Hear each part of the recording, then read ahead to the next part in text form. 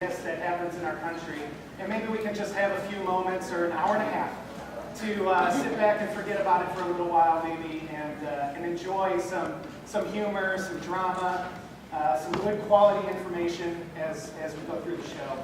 What I do wanted to point out to you was some of the stuff that you're about to see. We're going to be starting off with a persuasion speech, and I think you all pretty much have a pretty good idea of what a persuasion speech is going to look like. We'll follow that up with what's called a program oral interpretation. In your program it says multi-lit interpretation. Now what that means is that there's going to be a bunch of different styles of literature, so short story, poetry, drama, play, that type of thing, that are all put together around a singular theme.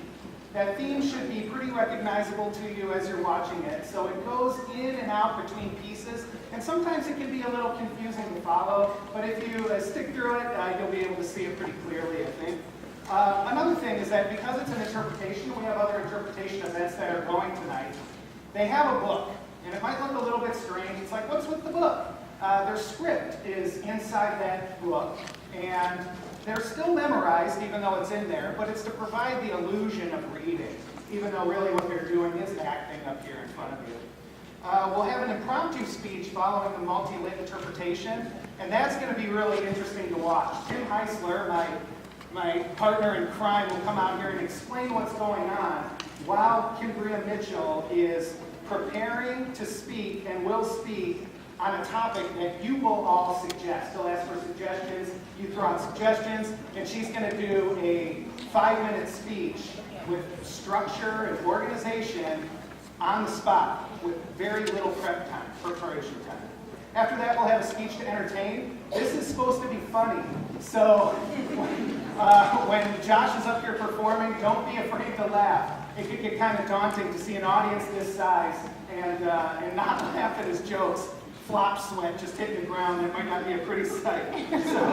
So please do him a solid and laugh if you find it funny.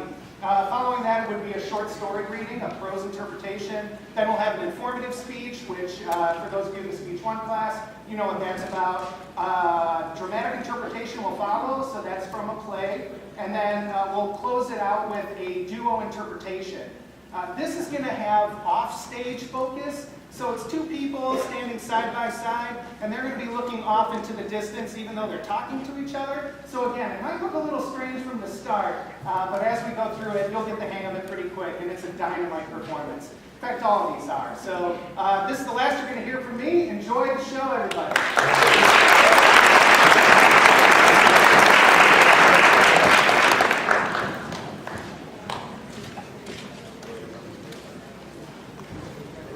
Deanna Patrick's family found it strange that the water was running from her apartment above, especially since they hadn't heard from her in a few days.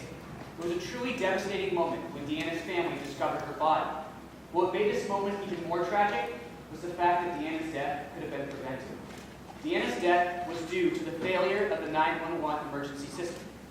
According to the website FireChief.com, a web-based version of FireChief magazine, updated daily, it says that in Los Angeles and the Bay Area, average hold times are more than 50 seconds, with wait times between 5 to 10 minutes common during peak hours.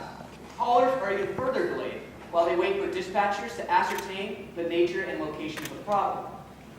Now, we all hope and never expect to make a 911 emergency call. We've been taught that in case of an emergency, to always call 911, that they'll always be there to help us. But unfortunately, this just isn't the case. This isn't just a certain isolated event or circumstance, but an ongoing problem in our country. Today, we will be discussing some problems with the 911 emergency system, some reasons why this is happening, and a few simple solutions to help make the 911 emergency system more effective and efficient. With the evolution of the cell phone, a major problem has developed between 911 and cell phones. According to the WNYC broadcast of January 31st, 2011, it states that on average, 911 can handle up to 30,000 calls a day without a problem. But in the case of a wide-scale emergency, such as a natural disaster, the system still can't handle it. Callers are more likely to receive a busy signal or be put on hold. Everyone nowadays has access to a cell phone, which is great if you need to get a hold of somebody. But in the case of a wide-scale emergency, the system still gets overwhelmed by the sheer amount of cell phone calls. Another major problem has developed as well. The system can't track cell phones. According to the Time magazine article, How to Fix 911, from April 11, 2011, it states that Americans think we can connect to 911 like we can connect to each other. Whether it's our GPS-enabled smartphones, Google, or Foursquare, they can pinpoint our location at any given time. But unfortunately, this technology is not compatible with the system. It can't receive texts, Skypes, or videos either. Now, remember Deanna's story? This falls upon the same problem of cell phone location tracking. She was being physically threatened by her ex-husband and called 911. The dispatcher, Deanna immediately hung up, and the dispatcher then called back, and there was no response. Fortunately, the dispatcher did get her name and found a landline and an address that matched that name and sent the police over. Upon arriving, there was no response from Deanna's apartment, and the police were forced to leave.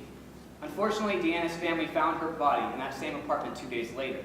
The dispatching system did everything it was capable of doing. It found the landline and an address and sent help over. But this long process wasn't enough to save Deanna, and many others like her. This underlines the fact that the dispatching system's technology is not as updated as it needs to be. But let's not just look at the technology of the 911 system, but also some behavior of workers that work for 911. A woman from Wautuka, Texas called 911 while being physically threatened by her younger daughter. The dispatcher then responded with, "Okay, would you like us to come over there and shoot her?" The dispatcher then immediately apologized, but it brings up a bigger question about what are the job qualifications of being a dispatcher. According to the website, educationalportal.com, a web-based version for students to find jobs in criminal justice and safety, it says that the BLS indicated that employers may favor applicants with high school diplomas or its equivalent. Some other states might not even have this same educational requirement and just have passing standardized tests in reading, writing, and verbal skills. But all the responsibility doesn't just fall on the dispatching system. Some of it falls upon us as callers. According to an interview with 18-year veteran of the police force, Mark Tart recalls, "We as callers need to know when and when not is an emergency. Take, for example, you're driving on the freeway and you see a car pulled over. You decide to pull over and see what was wrong. The car was broken down and the family asked you to call 911. But when you think about it, is this really an emergency? This isn't a life and death situation or a fire, so it's more likely for you to call AAA or a tow truck instead. So we can't blame everything on the 911 system. So now that we've discussed some problems with the 911 emergency system, let's talk about some reasons why this is happening in the first place. So why is all this happening? Well, the main reason behind the lack of updated technology for the system is that the dispatching system is virtually underfunded. According to a Good Morning America broadcast on May 23rd, 2011, it says that tracking a cell phone is much more complicated than tracking a regular phone. It requires 911 centers, local cell phone callers, and companies to invest in expensive new equipment for this technology. Now, local cell phone taxes have been an issue, but are usually used in different avenues, such as aiding state budget debt in states like Arizona and New York.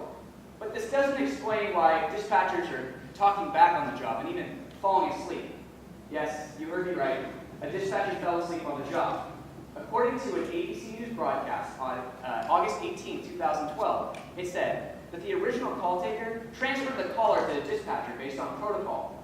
But when it became clear that the dispatcher was not responding, the original call taker jumped in to provide assistance. It should be noted that this dispatcher was working 10 straight hours. So this brings up another question about maybe the dispatching system is being cut.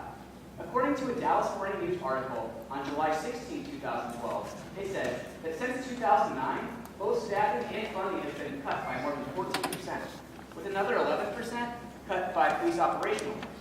It's not clear how much of these cuts have fallen upon dispatch itself, but a further 9% has been cut to funding. Another main reason behind this, too, is that they're receiving virtually no funds and experiencing lots of cuts. So now that we've discussed some problems with the 911 emergency system and some reasons why this is happening, let's talk about some simple solutions to help make the system more effective and efficient. Well, first of all, instead of calling 911, a main thing you can do is get a number of your local sheriff's department or fire department, because this defeats the middleman call put together. The response time will be much quicker. And if you do have to call 911, always lead in with your location. For example, this is the appropriate way to make a 911 emergency call. Hello, I'm on the corner of Redwood Road and Cherry Lane, and there's a guy out here with a knife, and he's trying to kill me. This way, if you do have to hang up, the dispatcher does know exactly where you are, and can come send help. Local cell phone taxes have been issued to try to increase funds. According to a USA Today article on August 1st, 2012, it says that the National Emergency Numbers Association has announced the formation of a consortium of public organizations and technology to try to improve 911. Patrick Haley, Director of Government Affairs for DNET, has said that the main goal is for 911 centers to receive videos, Skypes, and emails. We have to remember that the 911 system is a public safety resource, and it needs to be financially supported, just like the Sheriff's Office or Fire Department. So today, we've discussed some problems with the 911 emergency system, some reasons why this is happening, and a few simple solutions to help make everything more effective. Now, we all can agree that the 911 system is here to help us, which is all the more reason why we need to perfect the system as much as possible to keep everyone safe.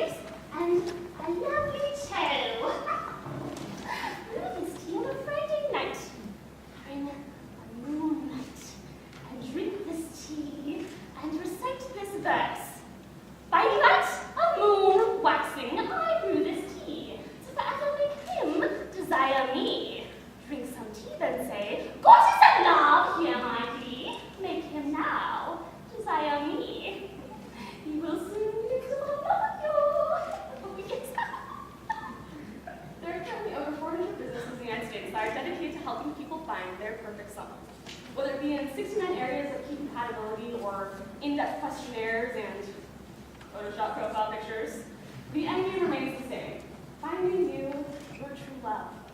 Now, what they don't tell you is that the failure rate of these relationships started by these organizations reflect our society. In the following programs, drama, The Apothecary by Jay Hammond, lyrical poetry, Love Potion No. 9 by Mike Stoller, poetry, Desire Me by Allison Yates, and prose, Friday Night by Kate Johnson, we will find what can happen when you try to mass produce one of life's most sought-after commodities: adoration, medication. I hadn't been to the movies in a couple of weeks, so when my friend Jenna called, how could I refuse? I mean, Friday night at the movies, it's a big high school hangout. We like to see who's with who, just for fun, and it did make Walker Talk on Monday that much more interesting. Little did I know. I held my nose, I closed my eyes, I took a drink. Sit down, Mr. Austin. I'm pleased to make your acquaintance. Is it true that you have a potion of quite extraordinary effects? My stock in trade is not large. I don't deal in laxatives and teething mixtures, but sure as it is varied. 3 pinches time, 3 pinches not none. Jen and I had to visit the show. Standing in line were 2 hot guys. One had a spiked hair, the other one was wearing a tank top with lean, chiseled muscles, a dragon tattoo flying up his biceps. After they got their tickets, they walked past us. I'm pretty sure the dragon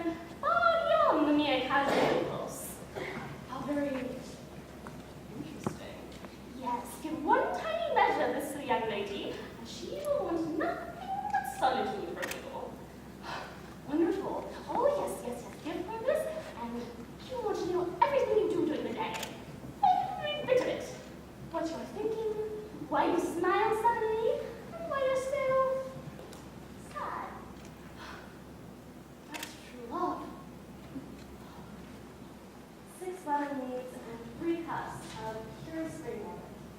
Hey, don't you want a beer? Whispered the dragon guy leaning forward, 2 open millers in hand. Although we were good girls, we could resist a little innocent, reckless fun for show. We leaned over the back of our seats as discreetly as possible. What could be better? Hot guys behind us, Hugh Grant in front of us, a lukewarm beer in hand, making us tired. Very tired. So tired, in fact.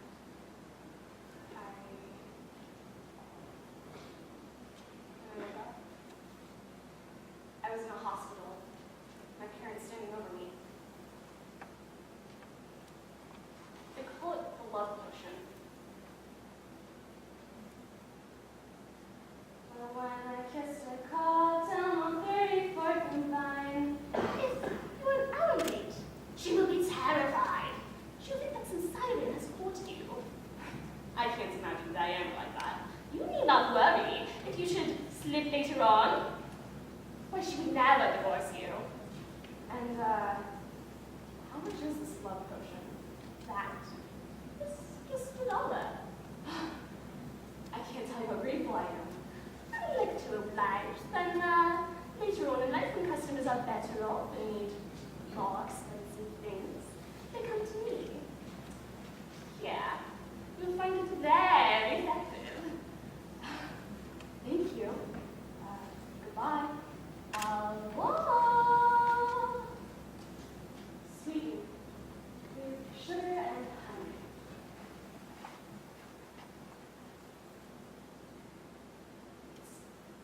Its technical name is hydroxybutyric, GHB. Love potion, my ass. You know what it causes. How could this have happened to me? I wasn't even at a party. I was at a chick flick, for Christ's sake. It's not fair. It's not fair. I hate that this has happened to me. I hate that against my will, I'm no longer a virgin. I feel so, I hate those boys.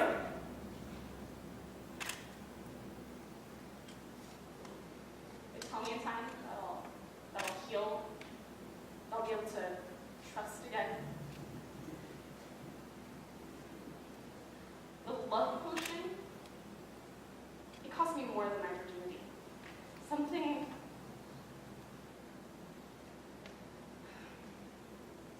very important inside me has died.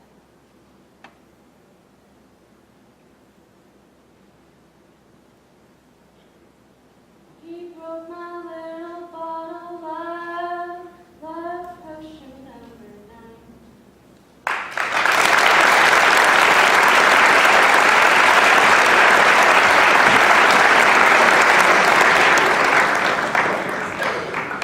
Yet again, glad that you are all here. Hope you're having a good experience here so far. We have got the next item on the table, impromptu speaking. I need your help in order to make this happen there. This is a speech that the individual, the competitor, or performer tonight does not see coming. But I need some categories. I need your help. I'm looking for some feedback from some people there.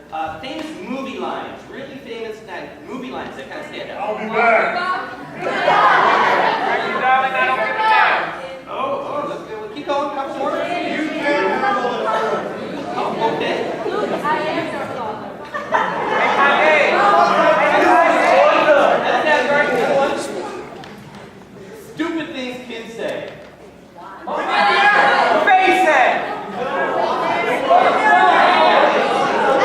donuts. Couple more.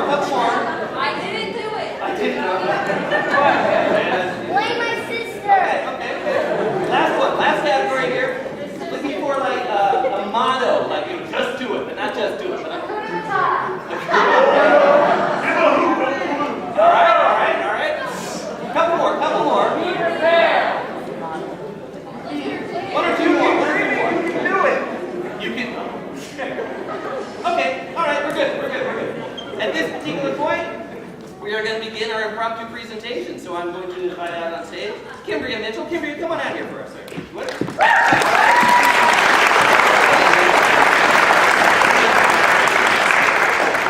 Right before our very eyes, you're going to use the stage here. So for the next, 2 minutes of preparation or so, I'm just going to be doing the talking there, and Kimberly is going to do preparation. She's going to be given 3 topics, and the topics to choose from are, I'll be back, are we there yet, or be prepared. Would you like to take that one?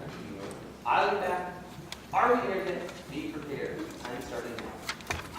Impromptu speaking, a competitive event. The competitors are given 7 total minutes with which to work. 7 total minutes there. So from the time they are given the topics to them, they can use those 7 minutes any way that they see fit. Typically and traditionally, the competitors will use 2 minutes to prepare their presentation. They come out and give a 5-minute oral presentation or presentation on that material. They get to choose one of those 3 topics then, and then develop a structured, organized, ad-lib, structured, and supported presentation. 30 seconds to start. This is an incredibly popular event at the tournaments, largely because all the students have to do is show up for it, right? But even just showing up, not knowing what's coming your way, there still is a bunch of discipline and preparation that has to go in along the way. Throughout this particular competition, unlike most of the others, time signals are given to the competitors. Again, they have 7 minutes, and at 7 minutes, you are done. People with experience will use 1 minute of prep and talk for 6 minutes. Really novice, first-time competitors will use 5 minutes of prep, talk for 1 minute, leave 1 minute on the table, quite obviously. In Kimberly's second tournament on after, 1 minute used, by the way. Second tournament after competition came home with the first place in the impromptu category. So we're very, now, for the sake of time signals with this particular these activities, I'm going to try to place myself right here in the front row in a little shadow area, and I will put out the time signals along the way. 5 minutes left, the 4 minutes, the countdown, 2 minutes left, 1 minute. This is the 30-second signal. Don't know why we do it that way, but that's 30 seconds. And then you count down 5 seconds to the 5th, which means 7 minutes left. 1.5 minutes used so far. Again, off the top of the head, I don't believe it was mentioned at the beginning, and it hasn't been an issue so far. Quick reminder, man, if you haven't done so already, the cell phone, please turn the cell phones off. If the cell phone does go off, we're going to have to start the show all the way from the beginning, from the very first minute. So please, get those cell phones off. All right, so 2 minutes are up. Get there. I'm going to place myself right here in the front row, right off to your left. So whenever you are ready, okay. Okay, we can all agree that there's been many times in our lives when we haven't known what the best course of action is to take. Which brings me to one of the mottos which you guys so lovingly gave to me, which is to be prepared. Now, to be prepared in my translation is predominantly exactly what it says. To be prepared in every aspect of your life. We will look at this in 3 different spheres of analysis. First, we will look at the Constitution and how because the Constitution changes, it ensures that the United States is always prepared for the change of our country at all times. Second, we will look at World War II and the issues with Stalin and Hitler, and how because Stalin had failed to be prepared for Hitler's aggression, that the war really went as long as it did. And finally, we will have a personal story, which I shared with you at a time when I failed to be prepared, and resulted in a very terrible injury. Okay, so the first thing that we're going to look at today is the Constitution. Now, the beauty of the Constitution is that it changes, that we didn't form a government which is stuck and set in stone. Because of the Constitution, as our preferences change, for example, we have issues such as gay marriage, medical marijuana, euthanasia within medical research. Now, all of these things back years and years ago during the founding of our nation were not a prominent problem at that time because no one was really caring about the things going on. But as our society and civilization has changed, we found the need to change our Constitution so that our country can keep up with the times. Now this is being prepared, essentially in every single way. Our founding fathers realized the importance it took to be prepared for what the changes of the nation might bring. That's why they didn't make a government that was set in stone, and that's why we have something as beautiful as the Constitution, which is ever-changing. So, we have looked at the Constitution and how it changes and how our founding fathers have prepared us for our future. Now we will look at World War II and how Stalin's inability, or we can say fear of being prepared, led to millions upon millions of death tolls, and actually Russia losing the largest amount of people out of anyone else. Now, Stalin knew that Hitler hated him, and he knew that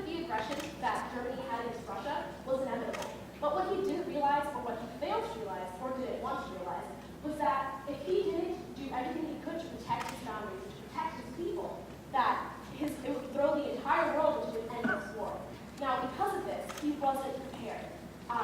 Hitler and Stalin came into an agreement, a non-aggression pact, which you should all know. If you don't, then that's pretty concerning. Considering you're all in college, so you should know this. But they entered a non-aggression pact in which it stated that Stalin would not take any aggressive acts towards Hitler as he started taking over the country that surrounded him. Now, because of this, what Stalin failed to realize, or refused to realize, was that Hitler was entering a country so that he could purposely attack Russia and actually take it over completely, because, as we know, Hitler hated communists. Now, because Stalin was not prepared, it actually ended up horribly, and it ended up with the rest of the world having to get involved in this war, which ended a lot of lives and was extremely dangerous, and we don't ever want it to happen again. So we have looked at how being prepared is important in the Constitution, in our government, and we also see how it's important in our history.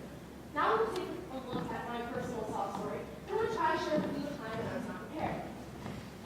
I know it seems like it, but I'm not the most athletic person in the whole wide world. I don't know how this is like it, standing here talking to you, but most of it does. Anyway, I did not know how to play soccer ever in my life, but I joined a soccer team, and I never showed up to practices my 6th grade year. I never showed up to practices, and I didn't try. And essentially what happened was they put me in the goalie box, and I lost my 2 front teeth. Yeah, it was awful. The good news was, in 6th grade, I hadn't lost all my teeth yet, and they were actually still baby teeth. I know it's weird, so they were off out, maybe some dentist, I understand.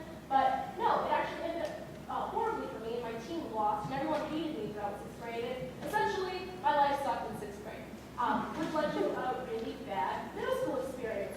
So the importance of this personal story is that it's always important to be prepared, whether it be in the different spheres that we have now looked at, which have been our Constitution and our history and how it's important to always be prepared, and also in sports or anything personally. I'd like you all, if you take anything with you from this very excessive speech and repetitive speech, it is that you should be prepared in every aspect of your life. And hopefully, if our politicians take anything from what we vote for on a regular basis, they'll understand that it's always important to trust the values of our Constitution and therefore be prepared for our change in the future and learn from our past history and change to ensure that nothing like that ever happens again. And finally, my own personal experience to constantly be prepared. Thank you.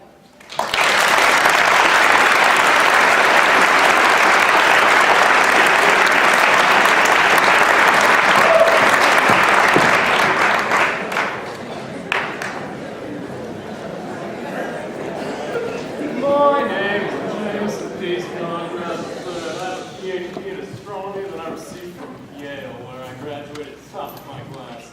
Immediately after college, I got a job with Johnson, Walsh, Rowland, and Whitman, the foremost astronomy company in the country, where I quickly rose up the ranks. But when the economy went down, I found myself serving screaming orgasms. I know you like it. Fuzzy neighbors and red-haired sluts to the well-mannered and classy patrons of sloppy seconds, the local pub, just to pay the bills. This is the story of the underemployment of one man. But that's not all it is.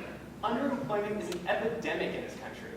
So much so that it's reached out and touched almost everyone in this room in one way or another. Mostly inappropriately.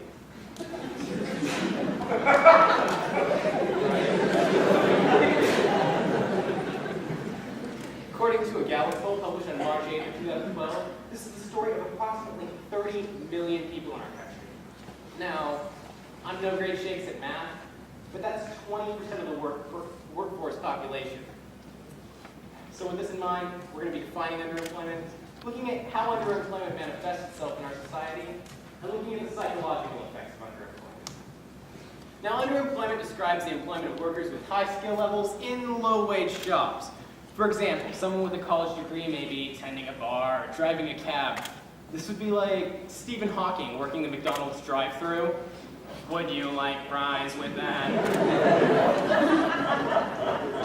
Come to think of it, that is kind of what it sounds like. Maybe is.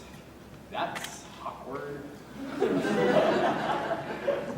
So, according to Time Business on February 8, 2012, underemployment can result from unemployment, which makes workers with bills to pay and responsibilities take almost any job available, even if it doesn't use their full talents. Three common situations that can result in underemployment are being an immigrant, being a new graduate, and being an immigrant graduate. When highly trained immigrants arrive in a country, their foreign credentials may not transfer to the new country, or they may have to do a lengthy or costly re-credentialing process. But they're not the only ones with transfer problems. I just love that my basic speech class won't transfer to a 4-year. It's great, am I right? Enjoy your chasing for 3 more years. So a recent immigrant may have to, not find a job in their profession and take a job as someone working at a convenience store. Now, new graduates are also facing underemployment because although they've received the technical training for a given job for which there may be a great job market, they lack experience and sometimes good hygiene.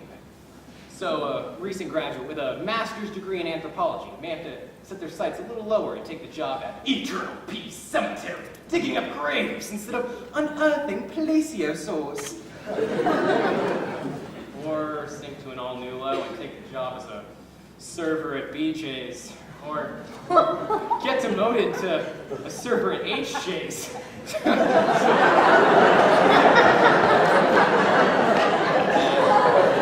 Wouldn't want that, that's messy. So now that we've defined underemployment, let's look at how it manifests itself in our society. Taking underemployment into consideration, the job prospects for bachelor's degree holders fell last year to the lowest level in more than a decade. That's like lower than Monica Lewinsky's head. Better blowjobs than no jobs, am I right? It's not that funny, that's the Republican Party's laugh. According to the Associated Press on April 23rd, 2012, the current labor market has left nearly half of young college graduates either jobless or underemployed, in positions that don't fully utilize their, how shall I say it, untried skills and overpriced knowledge. Young adults with bachelor's degrees are increasingly scraping by in lower wage jobs such as servers, bartenders, retail clerks, bellhops, test subjects, crash test dummies, porta potty cleaners, door-to-door salesmen, strippers, laundromat attendants, rodeo cleaners, public school gym teachers. Andrew Sum, director of the Center for Labor Market Studies at Northeastern University, said that many new graduates are facing a double whammy of rising tuition and poor job outcomes. Simply put, we're handing out big fat F's to those kids coming out of college. The bigger problem, though, it's not just those recent graduates who are being failed. It's those who graduated 1, 2, 17 years prior, who couldn't find a job when they graduated.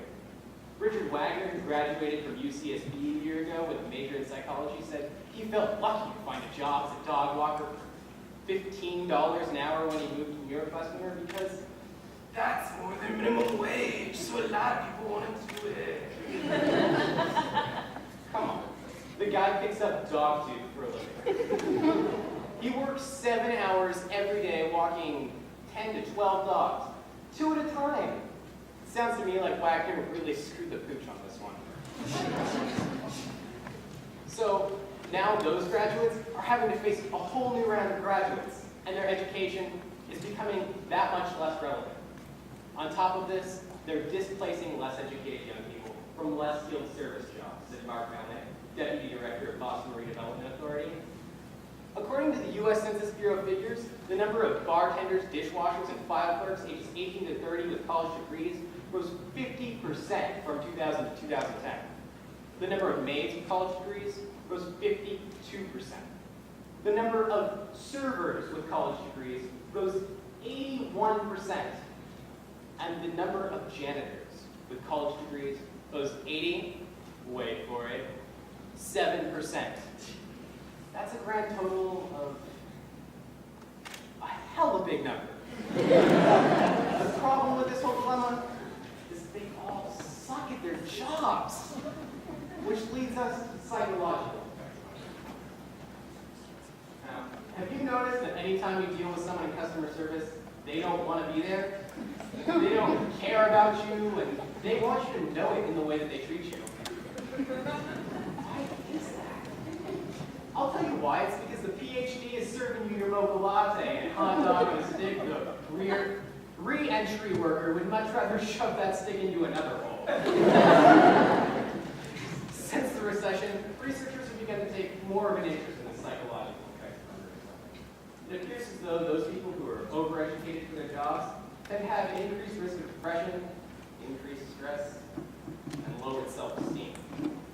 Diego Padula, a doctoral candidate at Princeton, who's writing his dissertation on the consequences of underemployment, suggested considering a person with a degree in accounting who was recently laid off from the accounting firm and had to take a job in retail.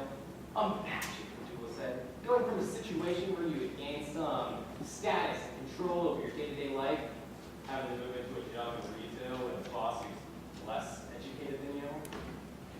The elitist went on to say, that person might feel like he lost control over his life. Ironically, after he finished his dissertation, he asked his professor for a job. What can you do? So, Baron Erdogan, an associate professor of management at Portland State University, took a different tack. She is the example of a woman. We call her Wanda. Wanda graduated from college, couldn't find a job in her field, and had to take a job in a coffee house. Wanda's coworkers were intimidated by her big brain filled with college stuff and would invest in a relationship with her.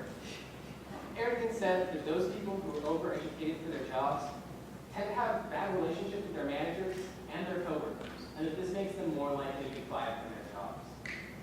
This makes one very sad and likely to be fired from a job. These are difficult, frustrating times for most everybody. Kudos to the underemployed for not just throwing in a towel and doing nothing with their lives. And until they get back on their feet, the rest of us should be a bit more understanding of their situation because, quite honestly, it could one day be many of ours. So today, we're taking a quick look at first defining underemployment. Next, we looked at how underemployment manifests itself in our society.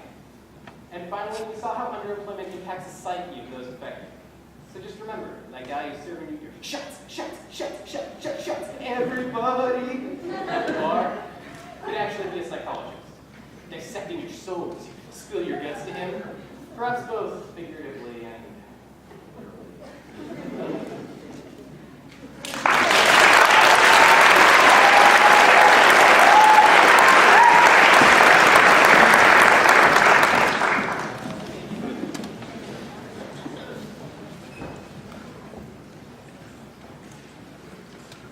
So, Father, it is with awe and wonder here to find grace and power that we humbly ask for your careful watch over us this week.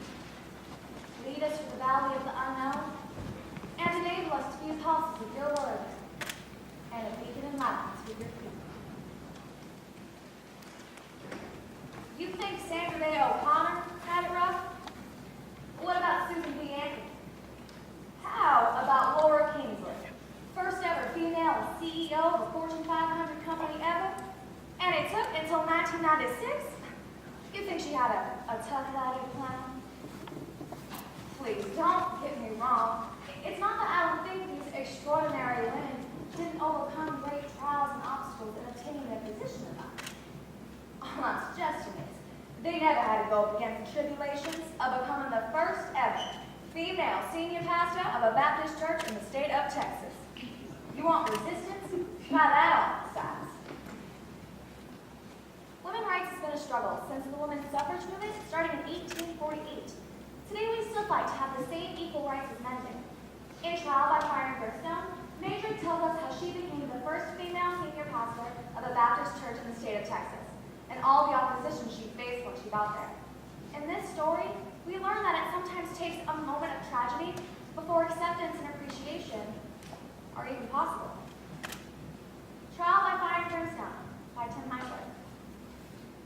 Now, there's no question in my mind that the only reason I was even promoted to pastoral position of adult ministries was because I had grown up and had been saved by the church. There were other factors too, of course. I'd gone through the summer Bible internship program after high school, diligently taught every level of Sunday school class at one time or another, attended and graduated seminary in Chicago, was 31 years of age, single, and perhaps most importantly, I was very, very organized. A trait that Glendale Baptist Church desperately needed at the time. Now, 2 years later, in one short month, our associate pastor moved to California to take on a new position. Our administrative pastor was on for personal reasons, and our senior pastor had a stroke. The entire hierarchy above my head came crashing down. Despite a very loud and heated debate at the emergency business meeting, the church constitution and bylaws were perfectly clear. On April 30th, 1997, I became the acting interim senior pastor of Glendale Baptist Church, the first acting female senior pastor ever in the state of Texas. You realize, of course, that the head of every man is Christ, and the head of every woman is Mary. Mr. Adams, I understand your concern and appreciate a woman should learn in quietness and full submission. I do not permit a woman to teach or to have authority over a man. She must be silent. Nay, you need to step down, and you need to step down immediately before God turns his eye on us. Sarah fled on foot to the tent of jail. I'm thirsty, he said. Please, give me some water. She gave him a drink and put him to bed. Jill picked up a tent peg and a hammer and went quietly to him as he lay fast asleep. She drove the peg through his temple and to the ground, and he died. Judges 4:18-21. Goodbye, May. Talk to you later, Harry. I should not have done that. I don't know now where that verse came from. It just popped in my head. The problem was that Harry Adams was not the minority opinion. As the church suffered a dramatic decline in attendance and tithing, the clamor for my removal gained momentum. Some tactics were subtle. Pastor Drake, my wife and I are having some problems sexually. Would you pray for us? Some approaches were less so, like the shotgun casing that was nailed to my office on the opening day of duck hunt season. Why didn't I simply step down in the face of all this opposition? First off, if I would leave Glendale Baptist Church, it would be like to be shepherded by the likes of Joseph, the 19-year-old hippie junior high youth leader, and Harry Adams, the sexist chauvinist. Second, God would release me. For every prayer I made to him to remove me from my position, I was given John 21:16 reply. Take care of my sheep.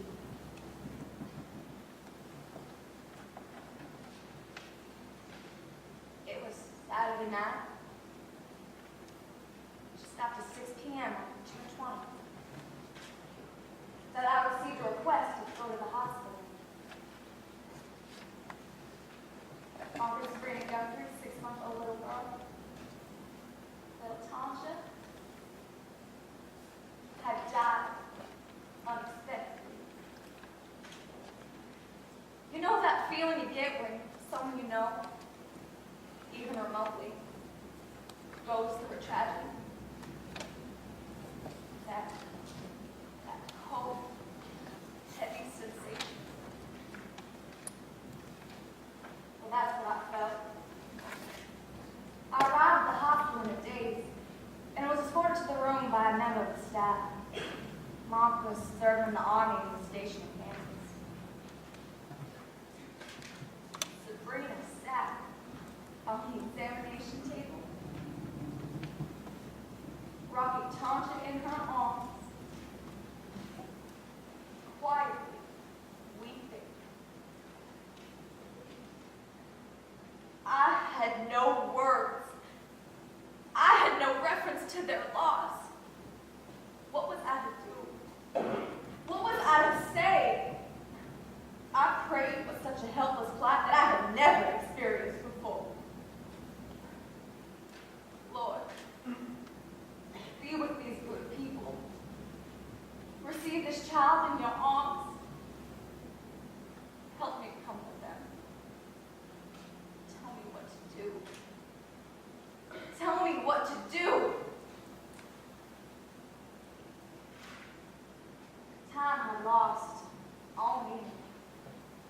suspect that nearly an hour had gone by before we were politely and delicately interrupted.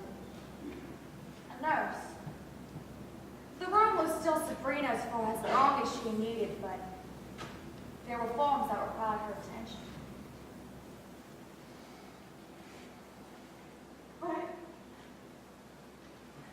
My baby. What about my baby?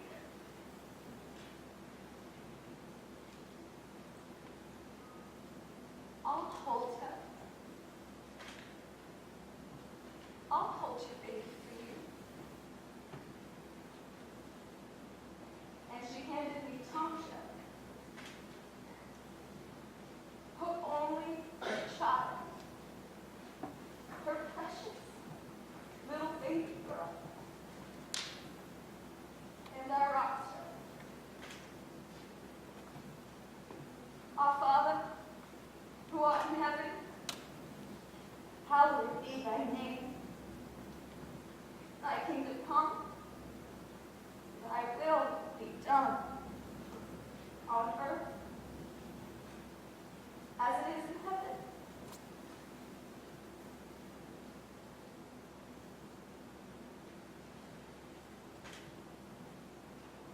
12 hours later, I stood before our congregation for the 8:30 worship service. Mark had arrived home only an hour before. He and Sabrina were at home, surrounded by loved ones. All except for one. Sitting in the second row, tears running silently down his face, sat Thomas' grandfather, Harry Adams.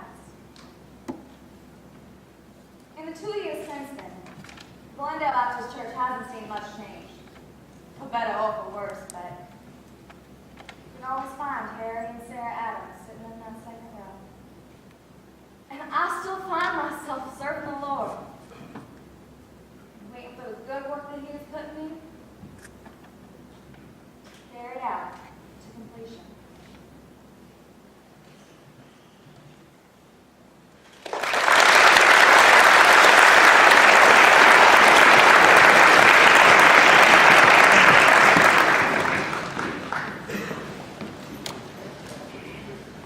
Unbelievable! In the end, the U.S. has done it! This is the moment in history the world witnessed the victory of one of the most decorated Olympians of all time. Many people from across the country met this event with an explosive range of emotion. Joy, pride, exhilaration, anxiety, triumph. It's almost as if we were there. But how is that possible? How does something that takes place across the globe elicit such a response? The culprit? Mirror neurons. According to the book Mirrors in the Brain by Giacomo Razzoloni, mirror neurons are one of the most significant scientific discoveries of the past 50 years. This is because they are responsible for not only allowing us to understand others' actions and emotions, but also to empathize.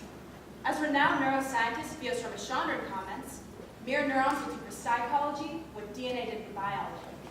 This is important to us because it will help us better understand others' actions, as well as lead us towards a treatment for autism. So with that today, let's dig deeper into our brains than ever before and explore the mirror neuron.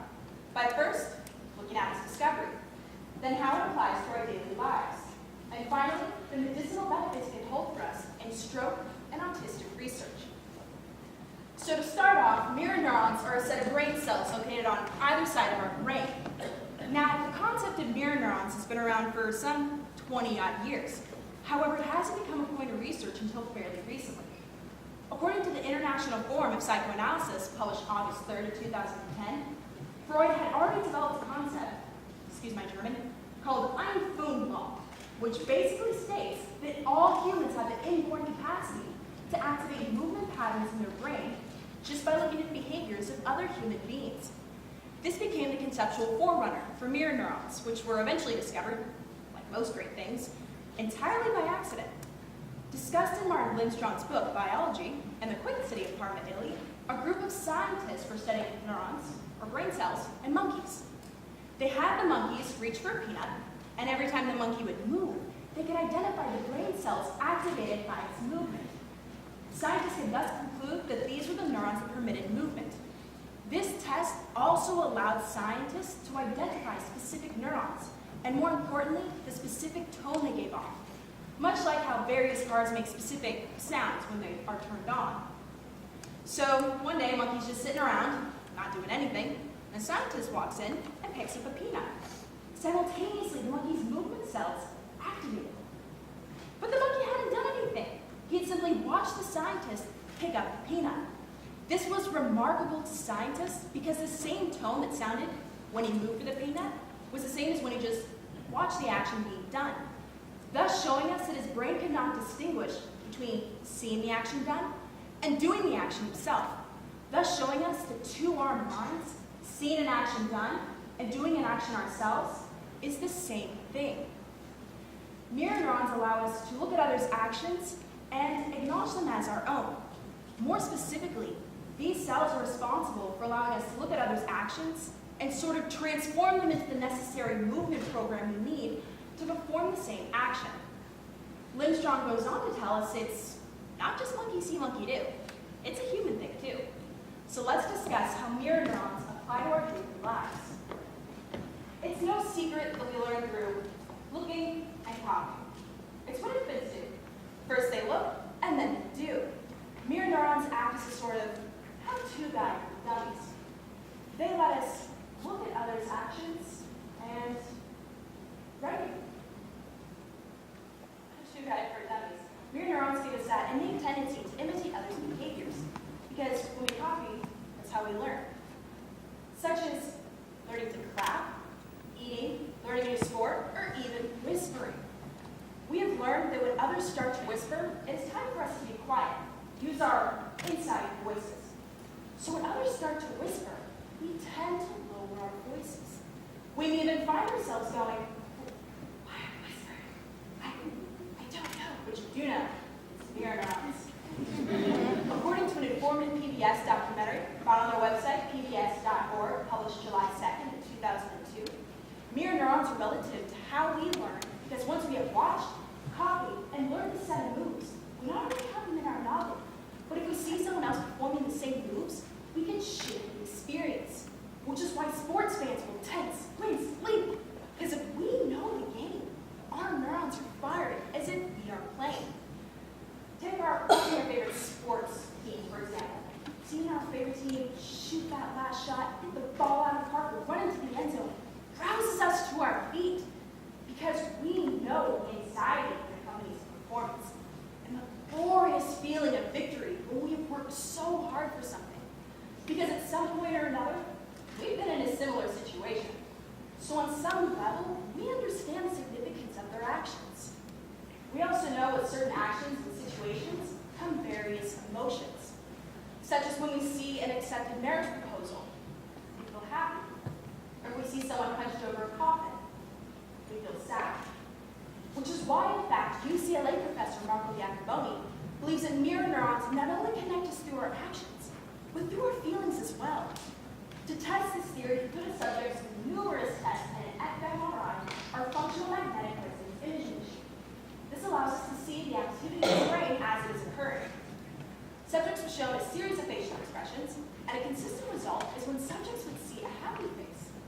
The emotional part of their brain that registers happy was activated, meaning when we see a happy face, we feel happier. So it's possible that these neurons help us tune into each other's feelings. That's empathy. A Psychology Today article published September 5th, 2012, says mirror neurons not only connect us through our actions, but through our thoughts and feelings as well. They provide us an embodied simulation of others' feelings. And every application of mirror neurons would be seeing a lost child. When we see the frantic look on their faces, we feel that twinge of heartache because we know what it feels like to be lost. Also when others are injured in front of us, falling down, scraping this, scraping that. We may not have personally experienced what they have endured, but we know pain.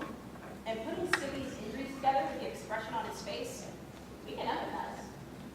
Mirrors in the Brain by Giacomo Rossaloni discusses great theatrical director Peter Brook, who comments on the discovery of mirror neurons that neuroscience is finally starting to understand what has been common knowledge to Peter.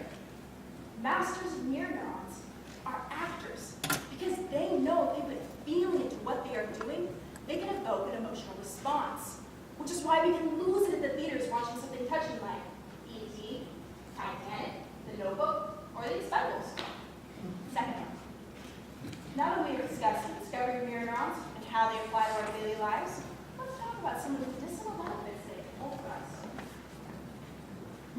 avenues have been cropping up since the discovery of mirror neurons, specifically in how we approach data or stroke research, and apply to the autistic community.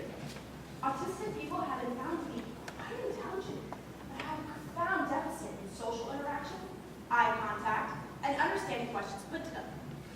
We will be discussing two theories today, and the first is held by a renowned neuroscientist and director for the Center of the Brain and Cognition at UC San Diego, V.S. Ramachandran.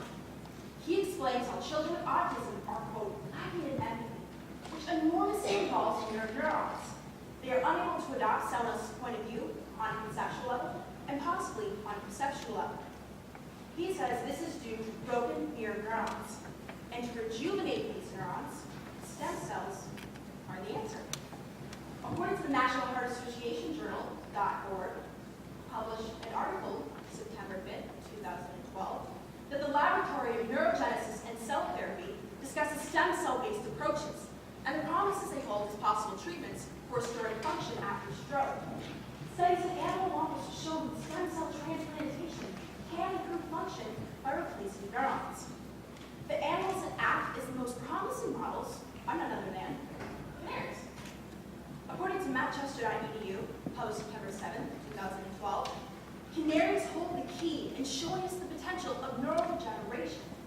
The potential of their neural regrowth helps us because if we can manipulate stem cells to replace damaged neurons, like in those with autism, then further experimentation combining canaries' capabilities with our own can lead us towards reconstructing broken mirror neurons. In an interview I conducted with Dr. John Rice, professor of psychology and methodology research, September 6, 2012, he holds another theory regarding mirror neurons and autism. He told me that there is a window of early childhood development where the child's brain does not develop mirror neurons because it lacks the necessary chemical that instructs their stem cells to become mirror neurons. That being said, manufacturing this chemical to instruct stem cells to become functional mirror neurons is the next step. Unfortunately, to be able to do this, we have to have technology that can accurately measure mirror neurons. And Dr. Rice says we don't yet have this. We know they exist. We can weigh into a rolling plane. We are just not yet able to accurately quantify them. It's kind of like intoxication. Forms of alcohol have always been around. We know it exists. We know how it affects us. We were just not yet able to measure its level of toxicity until the first breathalyzer was unveiled. So here we are, inebriated, waiting for our breathalyzer to be made. And once we have the technology, we take the next step in neuron manipulation. In our time together, we discussed the discovery of mirror neurons, how they apply to our daily lives, and the medicinal benefits they can hold for us and autistic research. So, for those of us wondering what we can hope to see in the future of mirror neurons, look at it.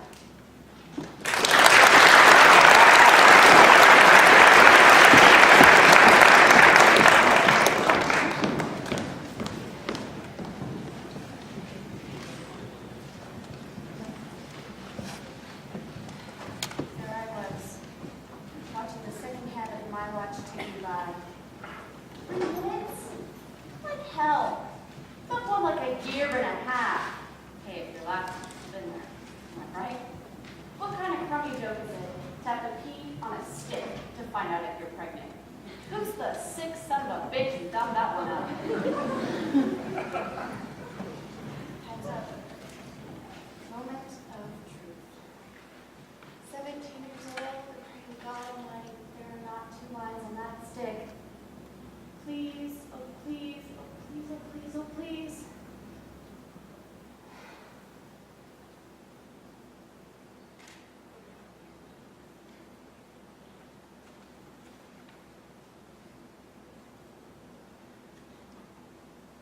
Motherhood is a beautiful and challenging journey. But when's the right time to embark on this adventure? In this story, we meet a young woman who takes on motherhood at a very early age. In doing so, she learns the value of a new life and how to cope with so much more. One Sunny Day in April by Deborah Gabby. They tell you when you're pregnant, you become a mother, that it's the hardest, most rewarding thing you'll ever do in your life. I went into motherhood with my eyes wide open. I wasn't sugarcoating anything.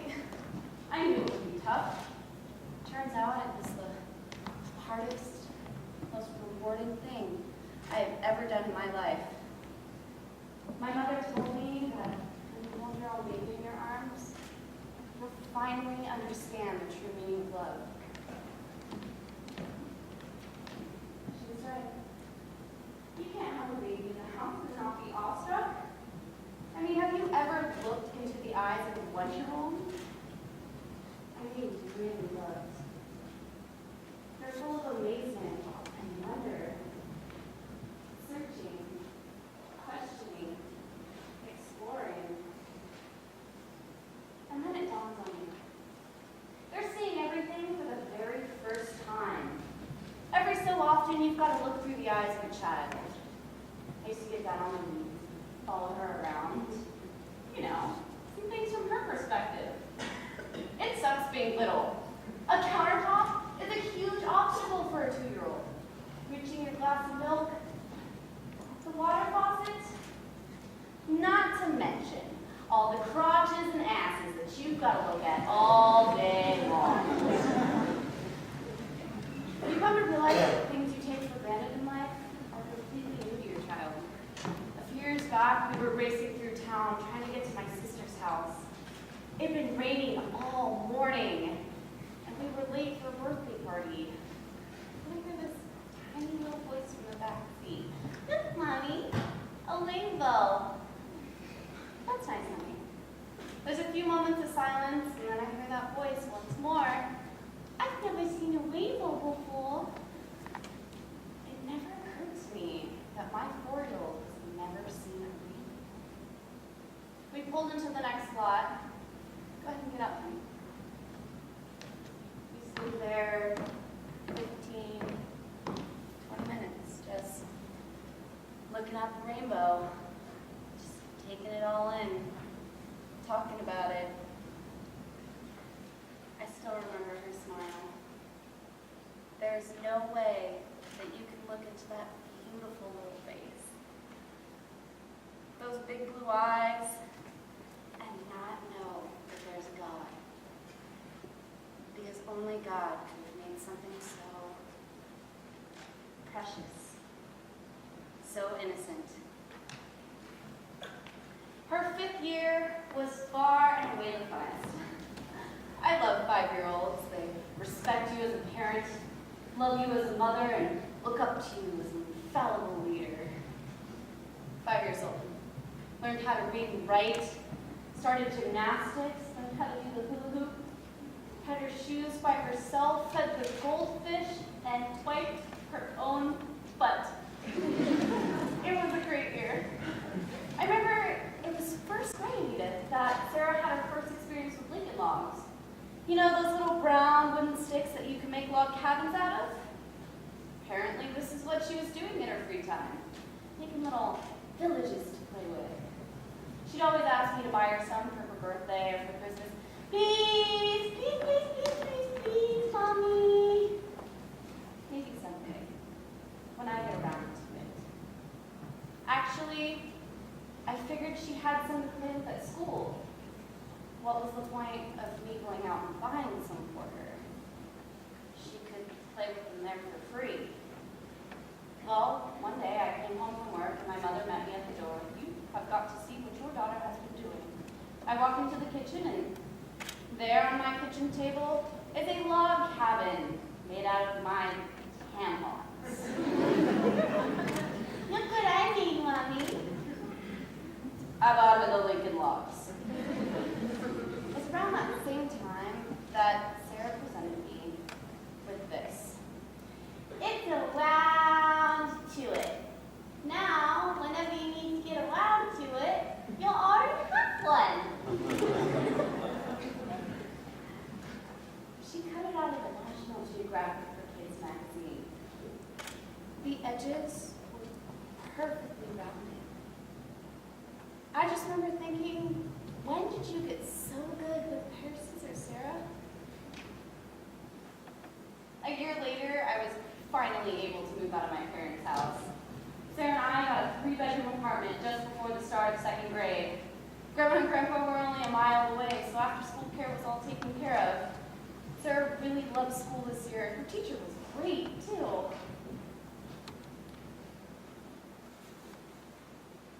And then I got the phone call that she was dead.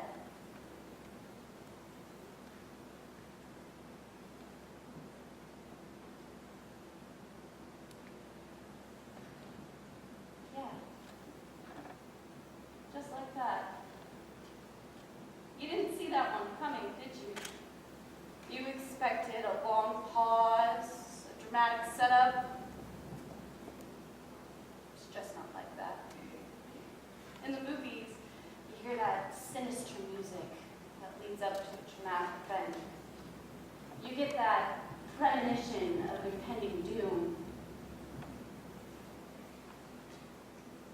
It's just a phone call. She was playing on the Parkington River, and she had two friends with her, and they were rock hopping, and she slipped.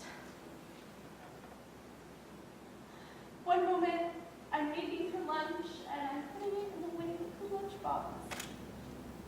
And the next thing I know, I don't have a daughter. I'm not mommy anymore.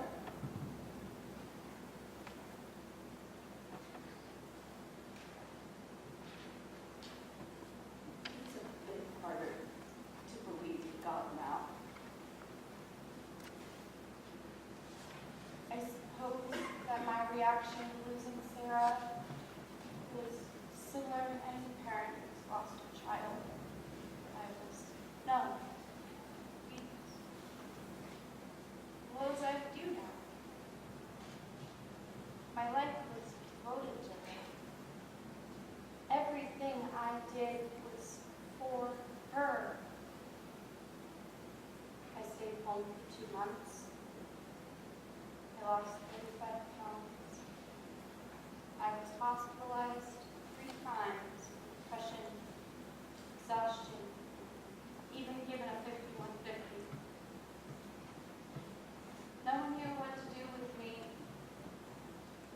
But to be honest, I just wanted to be left alone.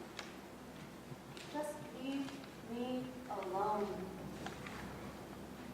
Finally, my boss, Kelly, came by and went through all the standard lines. Our hearts are bleeding for you. Everything will be okay. If there's anything I can do, just let me know. I hate that one. But then she said, you know, whenever you're ready, there's a place for you in the store. You can come back whenever you get around to it.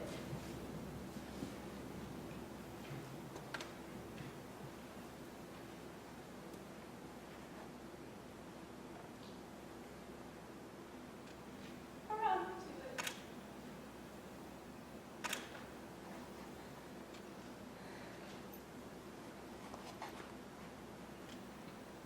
I went to work the next day.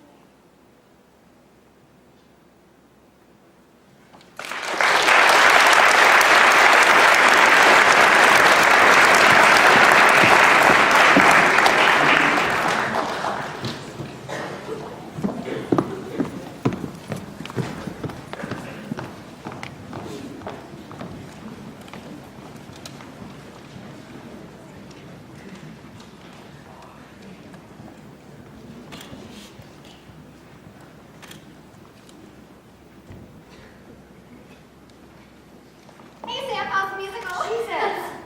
Major Flint, is that it? Are you working on it? Are you done? Can you please just be quiet? I'm really trying to concentrate. So excited. Hey, whoa! I swear to God, if you try to look at that, I will never talk to you again. This is going to be so good.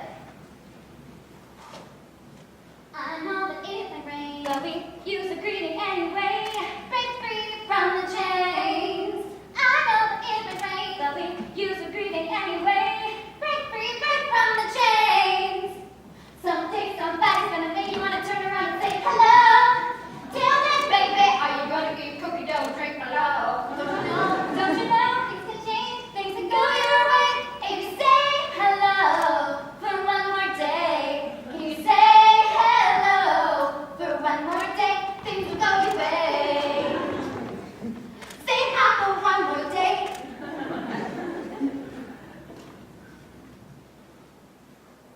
So, what do you think? I like it. Negative analysis is the experience of not being able to do something you once were able to do. It's a process of forgetting how to do something that was once in your second nature, like not being able to slam dunk a basketball because you're now 50, or even in the case of writer's block. When faced with this predicament, you're left with one of two options: to give up or fight through it. Bottom of the Barrel by Mitch Kelside. He says, seriously, what am I going to do? It's okay, don't freak out. It's not that bad. It's not bad. It's shit. I know, what were you thinking? You're not helping. Well, this is just a warm-up, right? You're just getting the juices flowing. I got nothing. Well, what's all this stuff? It's shit. You printed it. I'm pretending I'm actually working. Maybe we can work with some of this? Oh, please don't read that one. Beyond me. What's that supposed to mean? Nature has created to evolve a nature of perfect destruction. What do you get when you double cross two hot, skinny runway models with bad attitudes and eating disorders? Bitches on Broadway. My agent tried to steal my income and put me out to lonely businessmen at night. My boyfriend stole my identity, ruined my credit, and pretended to be a lonely businessman. Get the picture? High five, bitch. Too thin to have a period, yet I'm always PMSing. Too shallow to care what others think, yet I cry because I have no friends. Separately, maybe we. But together we are 180 pounds of raging fury. Don't mess with the bitches. All that's a little your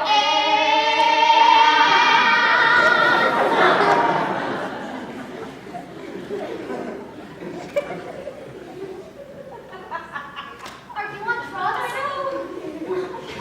I know, Lisa. What am I going to do? Every time I close my eyes, all I can think of are scenes from crappy 80s movies.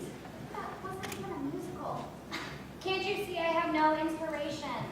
Ever since Ryan left, I haven't been able to muse. I think you just verbed a noun. It's a noun and a verb, and you're missing the point. Okay, sorry, but you're saying Ryan's destroyed your heart? What? No. Well, isn't that what you're always saying? Right from your heart. So, what did he do? Rip it out? Step on it? Eat it? Gross! And besides, I thought I was your muse. When did you take over all the musing? Look, I don't want to talk about Ryan anymore. Okay? Don't freak out. We can work through this. In with the good, out with the bad. It's just that everything I come up with is so cheesy. I used to be clever. Sometimes even creative. And you will be again, I promise. Here, there. Breathe.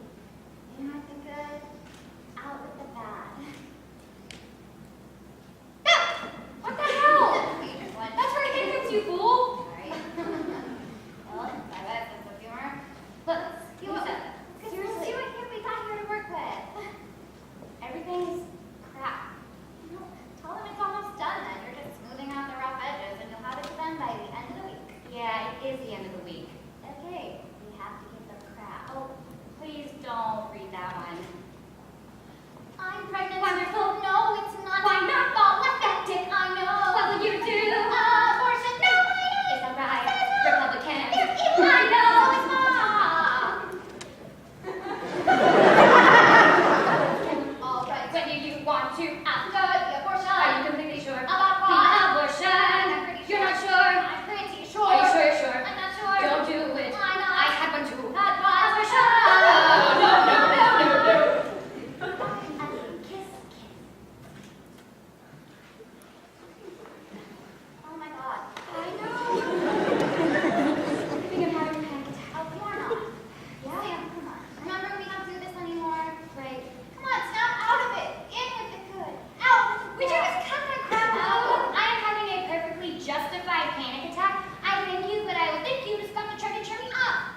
Looks like somebody woke up on the wrong side of the laptop this morning.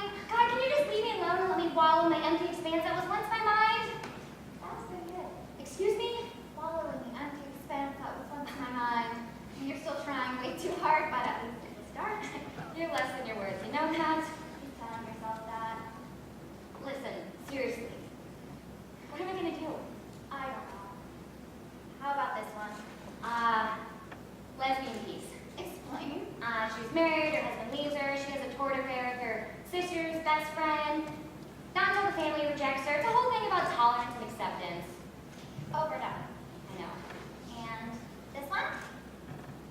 There's a funny, then a serious, and a moral to the end of the story. There's nothing written on it! Not a word. Okay, you're trying way too hard here. Let's go back to something you know. Something that's on your heart. Like what? Ryan? No! Forget about Ryan. All this world needs is another breakup piece.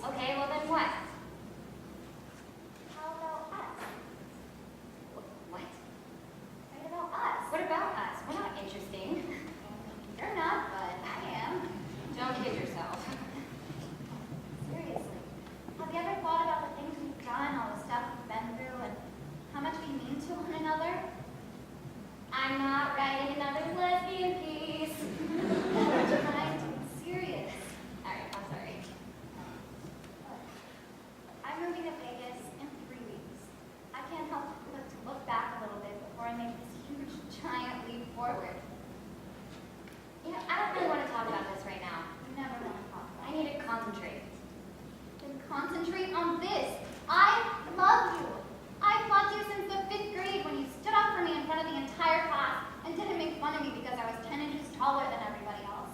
I don't know when or where it was that we first met, but I know it was the day I made you my best friend. Aw, that's sweet. I don't remember any of that.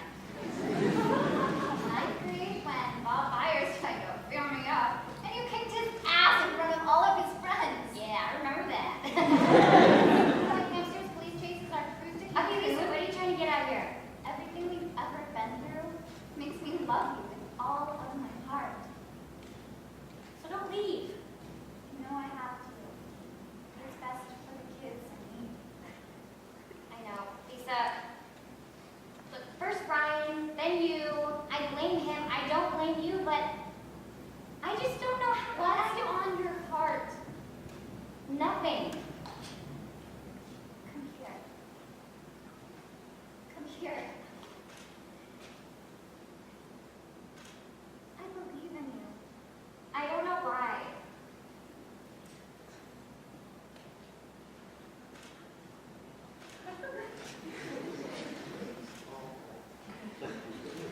You just lips. Don't ever do that again, okay? Sorry.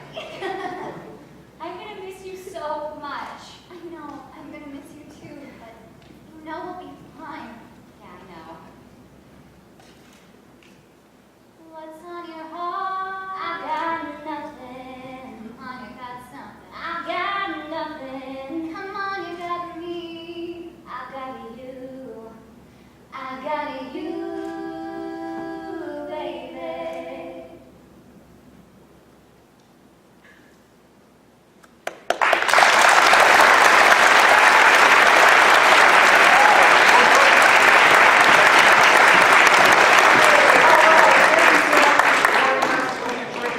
Tim Eisler, second credit signing sheets will be off to this side.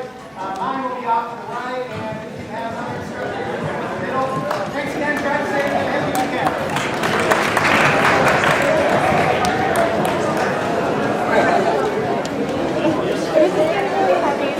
Yeah, that lens is huge. I know.